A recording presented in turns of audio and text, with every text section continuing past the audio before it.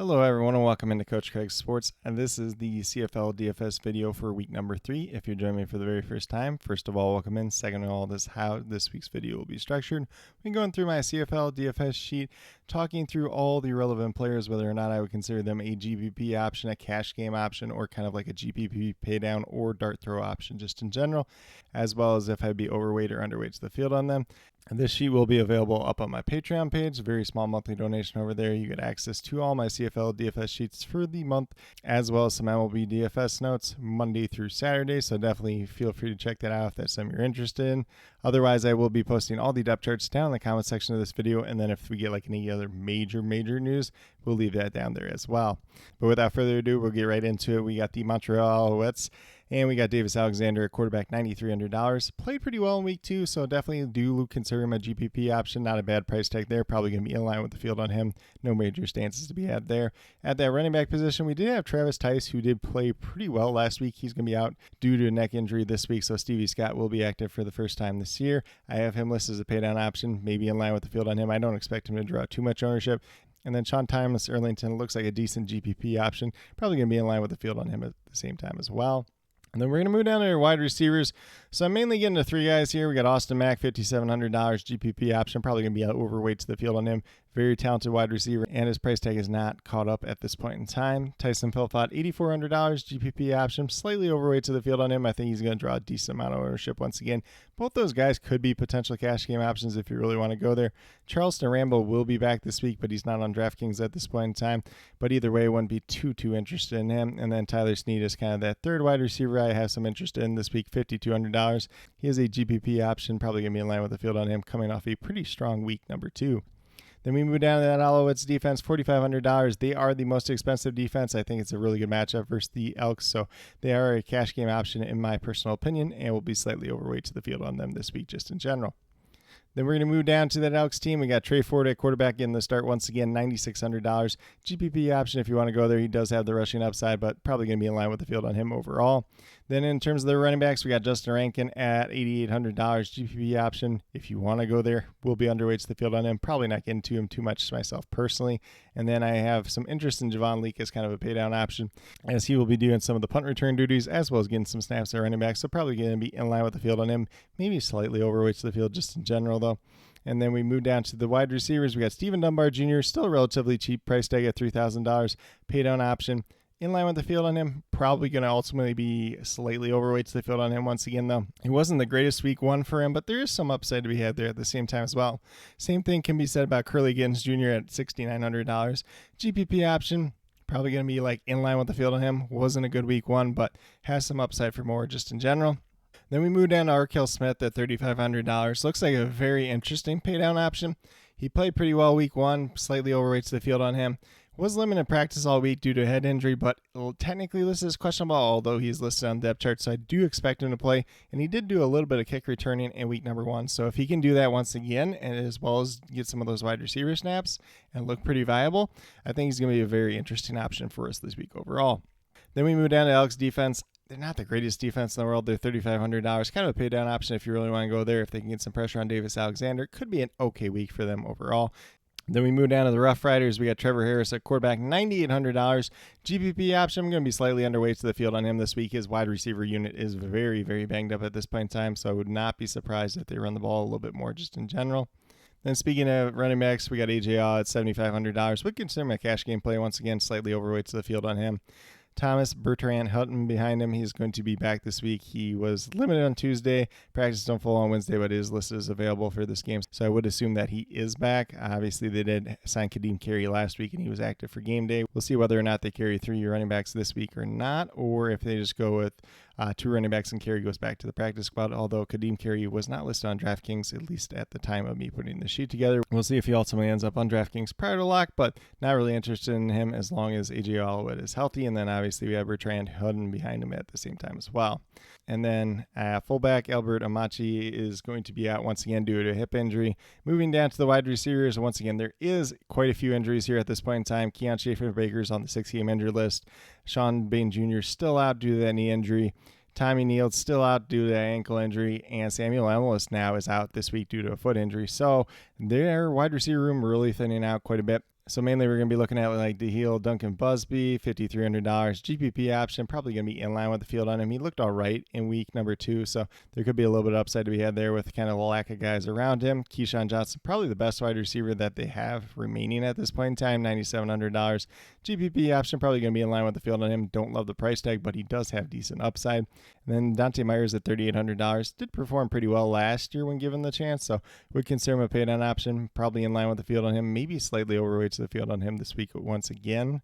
And then, if you want to play somebody else from this wide receiver room, if you think Mario Alford gets a couple wide receiver snaps, and in addition to return duties, you could definitely go after him at $5,500. Mitchell Picton's kind of that guy that's been around this team for a while. Seems like he's always good for a touchdown here and there, but not too involved otherwise, so if you want to take a chance on him, you can definitely do that. And then Deshaun Mims should be active once again this week, since they are even more banged up this week than they were last week. He's $2,500, but didn't really get too much run in week number 2. In terms of that Roughriders defense, GPP option will be slightly overweight to the field on them. They're going against the Toronto Argonauts, who are going to be without Chad Kelly once again, and the Argonauts have kind of struggled on offense so far to start the young season. Then we move down to the Argonauts team. So Chad Kelly is out at quarterback once again due to his leg injury. So Nick Arbuckle is expected to get the start once again. Not really interested in Nick Arbuckle at this point in time. If you really want to go out there and play him, you can. But at $10,000, just not seeing the production from him. If he was like $8,000, he'd be a lot more attractive. But at $10,000, just definitely not worth it at this point in time. Deontay McMahon at running back, $4,700 out this week due to an ankle injury. Mine Williams played really well last week, kind of in his absence, $7,200, which is quite the boost in price tag for him. GPP option if you want to go there. I'm going to be slightly underweight to the field on him just because I think he's going to draw a lot of ownership after the big week number 2. They did sign Kevin Brown back to the team. He's not on DraftKings at this point in time. Then we move down to the wide receiver room. Devarius Daniels is going to be out this week due to a hip injury, and Janorian Grant limited practice on Tuesday and Wednesday due to that ankle injury. Technically listed as questionable for this game, so we'll see whether or not he's back or not. So mainly from this wide receiver room, we're looking at DeMonte Coxey, $9,300. GPP option probably going to be in line with the field on him once again. Solid producer, it's a decent price tag. He definitely does have that upside. Jake Herslow at $3,100. I have him as a paydown option, probably going to be in line with the field on him. We'll be a little bit more interested in him just in general if Janorian Grant is out once again this week. And then David Unger the third, $6,100 GPP option, probably going to be in line with the field on him, maybe ever so slightly overweight to the field just with the news of having Devarius Daniels out just in general. And, if you want another paydown option, you could look at Kevin Meidel as kind of a guy to replace that Devarius Daniels production just in general. I know they do like him quite a bit. Obviously, he could occupy a similar role to Devarius Daniels just in general. And, DeWanda Brissett could operate in that similar type of role. So if you want to play those guys this week, you can definitely do it. I'm just not going out on a limb for it myself personally. Then we have that Argonauts defense, kind of a paydown option just in general, $3,700. If they can stop AJ Alouette and the running game, they could be a viable option. So it will be slightly overweight to the field on them this week. I think they definitely do have the upside to pay off, but we haven't seen it quite as much so far this young season. Then we move down to the Ottawa Redblacks. Drew Brown at quarterback. I have him as a GPP option if he ultimately ends up playing. Probably will be slightly overweight to the field on him if he does ultimately end up playing. But he was limited in practice on Tuesday and Wednesday due to that hip injury. So looking more and more likely that he will not be active for this game once again. We did see Matthew Schultz get the start last week. He did not perform very well. So Dustin Crum, I wouldn't be shocked if he starts this week. And if it's Crum, I have a little bit of interest in him as he does have that rushing upside just in general. And then we move down to running back. We got William Stanback, $6,500. Hasn't been the greatest start to the year for him, but GPP option if you want to go there. In line with the field, maybe slightly underweight to the field just in general. And then in terms of those wide receivers, pretty similar to what we've seen so far this season. Braylon Addison, $6,500. GPP option, probably going to be in line with the field on him once again. Justin Hardy coming off a rough week 2 after a really good week 1, $8,200. GPP option, probably in line with the field, maybe ever so slightly overweight to the field on him, just coming off that down week 2. And then Eugene Lewis, $8,900. A viable GPP option once again, did lose his touchdown streak last week and will be slightly underweight to the field on him once again.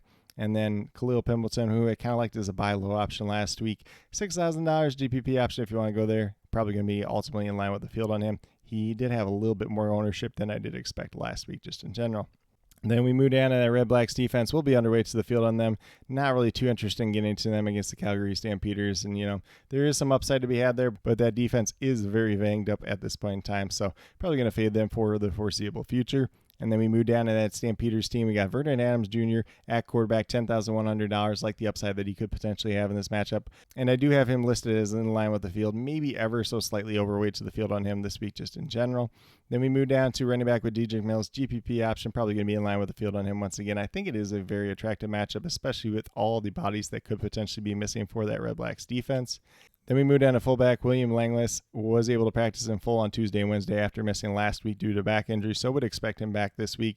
Reggie Beggleton at wide receiver, $7,700, did not practice on Tuesday or Wednesday due to a knee injury, so I would expect him to be out this week. He was, I believe, carted off the field last week. Clark Barnes was pretty much a zero in week 2, so probably not going to get to him this week overall. If you really want to do it at $7,800, you can definitely do it, but it's not something I'm doing personally. Mainly looking at Tevin Jones at $6,700, GPP option, probably going to be in line with the field on him. Jalen Philpott coming off that really strong week, $5,900, maybe even a potential cash game option this week. I do technically still have him slightly underweight to the field just because I think there is some downside for him this week just in general. Dominic Rhymes had that good second week, so wouldn't be surprised if he has another good week in the week number 3 at $5,600. GPP option in line with the field, maybe ever so slightly overweight to the field on him just in general.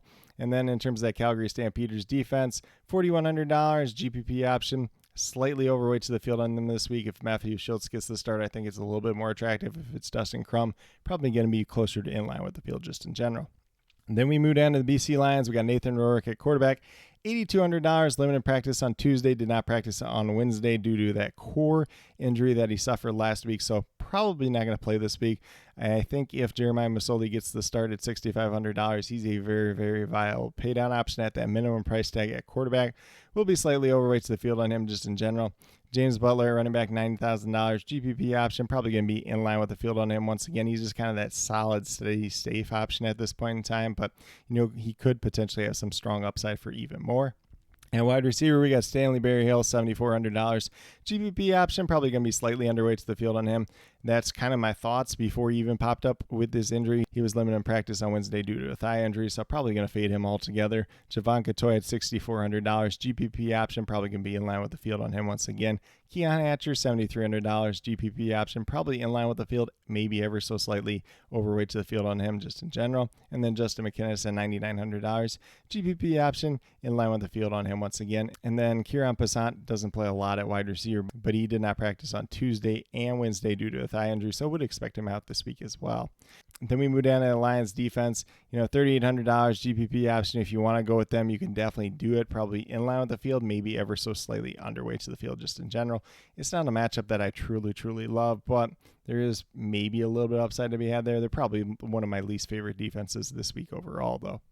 Then we move down to the Winnipeg Blue Bombers. We got Zach Collaros back at quarterback this week, $9,500 GPP option, probably going to be in line with the field on him. Maybe ever so slightly overweight to the field just because he did not play in their first game, so maybe people are a little bit more down on him just in general. In terms of that running back position, we saw Brady Oliveira leave last week, and he did not practice on Tuesday or Wednesday due to a shoulder injury.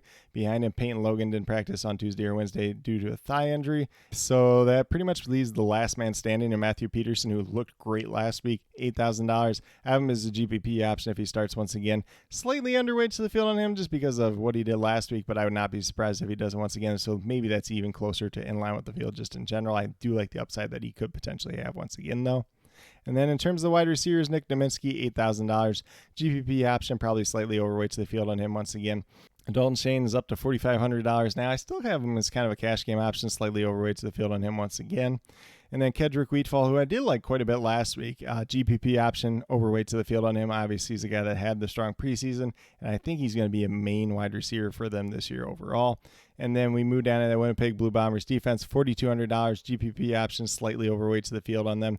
Probably even a potential cash game option if you want to go there. They have fared pretty good against the BC Lions in recent history, and especially Nathan Rourke. If he plays at quarterback, if he doesn't play, then obviously looking at Jeremiah Masoli, who, a little bit up there in age at this point in time. Then last but not least, we have the Hamilton Tiger Cats as the lone team on the bye this week. But with that being said, that's a quick little rundown on my CFL DFS sheet for week number 3. As always, if you have any questions related to CFL DFS, be sure to drop them down in the comment section, and I'll get back to you as quickly as possible. And then once again, I will be posting all the depth charts as well as any other major news that comes out throughout the week down in that comment section. So definitely be on the lookout for that. And then my CFL DFS sheet will be continuously updated throughout throughout the week over on my Patreon page. Once again, very small monthly donation over there. You get access to my CFL DFS sheets for a month, as well as some MLB DFS notes Monday through Saturday if that's something you're into as well. But with that being said, if you're brand new to my channel, checking out for the very first time, or have yet to subscribe, please consider doing so. Definitely would appreciate it. Helps to build the community that we're trying to build here at Coach Craig Sports, which is one that's truly for you, the viewers, helping you with your DFS. Right now we have MLB DFS in terms of the core picks, typically Monday through Friday. Got my CFL DFS video coming out once a week, typically on Wednesdays. And then last but not least, if you're interested in sports betting, if you're interested in prop betting, be sure to check out the links and promo codes down in the description below for BetUS, Parlay Play, and Prize Picks. If you're a brand new user on any one of those three sites, when you sign up, make your initial deposit, you will get a first match deposit bonus. For Prize Picks and Parlay Play, it's 100% match up to $100. And then for BetUS, it's 125% match up to $2,000. So some pretty great opportunities to be had out there. If you have any other additional questions related to that whatsoever, feel free to reach out to me, whether it's down in the comment section of this video or on Twitter at Coach Craig Sport, and be more than happy to help you with that journey as well. But with that being said, that's all that I truly have for this week's video. Definitely do appreciate each and every one of you tuning in. Definitely means a lot to me. I hope that each and every one of you have a great rest of your day and some pretty good luck in CFL DFS for week number 3.